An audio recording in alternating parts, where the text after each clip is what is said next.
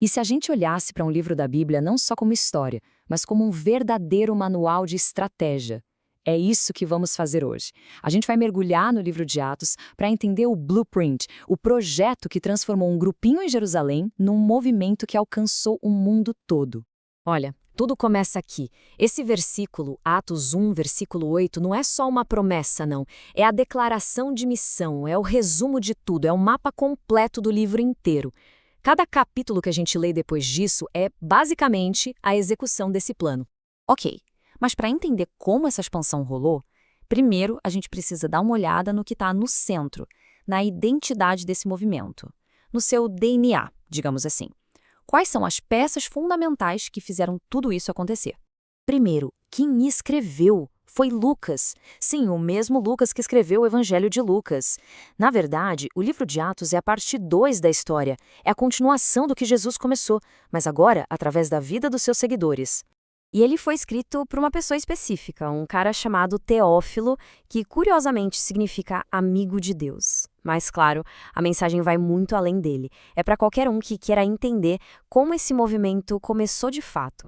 E aqui está o código genético bem claro. O tema central é esse: o poder do Espírito Santo capacitando as pessoas para uma missão global. E o versículo-chave, aquele que a gente acabou de ver, dá o roteiro geográfico. Juntou os dois? Pronto. Essa é a base para tudo o que acontece em seguida. Agora, vamos ver como esse DNA se transforma num mapa de verdade, numa estratégia geográfica bem clara. O livro não avança de qualquer jeito. Ele segue um plano de crescimento bem específico, que vai se abrindo em círculos. O legal de ver assim, em etapas, é que a gente enxerga o plano de Atos 1:8 acontecendo. A etapa 1 é Jerusalém, o ponto de partida.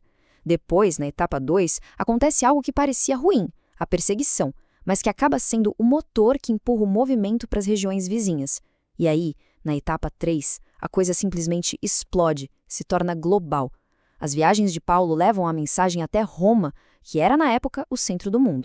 Mas um plano desses precisa de gente para colocar em prática, né?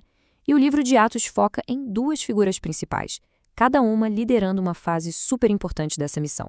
E aqui a gente vê a divisão de trabalho perfeita. Pensa assim: Pedro, na primeira metade do livro, foca no público judeu, ali em Jerusalém e arredores. Ele é quem, digamos, abre a porta para os não-judeus. E então, na segunda metade, entra em cena o Paulo. Ele pega o bastão e tem uma missão claríssima: levar a mensagem para o resto do mundo, fundando comunidades multiculturais por todo o Império Romano. Certo. Então, além das pessoas-chave, o sucesso desse movimento foi movido por uma estratégia que se repetia e uma mensagem central muito poderosa. Não foi um crescimento aleatório, não. Tinha método por trás. Aqui a gente vê o passo a passo do Paulo. Era um processo de 3 etapas que funcionava muito bem. Primeiro, ele ia na sinagoga, um lugar onde já tinha uma rede de contatos. Se a mensagem era rejeitada ali, passo 2, ele ia para a praça pública, um lugar aberto para falar com todo mundo. E o pulo do gato é o passo 3. Ele nunca ia embora sem treinar líderes locais, garantindo que o trabalho continuasse sozinho. Era autossustentável. Genial, né? E qual era a mensagem, o que eles falavam? Bom, não importava se era Pedro, Estevão ou Paulo pregando. O núcleo da mensagem sempre girava em torno desses 3 pilares. Primeiro, a ressurreição, que era o evento que provava que tudo era real. Segundo, o arrependimento, um chamado prático para a mudança de vida.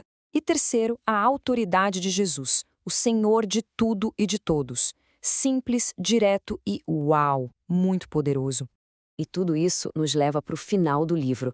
E é aqui que a coisa fica realmente interessante, porque Atos não termina com "e viveram felizes para sempre". O final é abrupto. Ele para no meio da ação. O livro acaba com Paulo em prisão domiciliar em Roma. Ele está acorrentado, mas a mensagem não. Ele continua pregando abertamente. A sugestão é muito clara. A missão não acabou. O movimento continua. Muita gente até brinca que o capítulo 29 de Atos está sendo escrito hoje, por quem continua essa missão. E isso tudo deixa uma pergunta no ar para a gente pensar. A missão em Atos era alcançar os confins da Terra. Hoje, esses confins podem ser o nosso trabalho, a nossa escola, a nossa família. A pergunta que o livro deixa em aberto para nós é: como essa história continua através da nossa vida?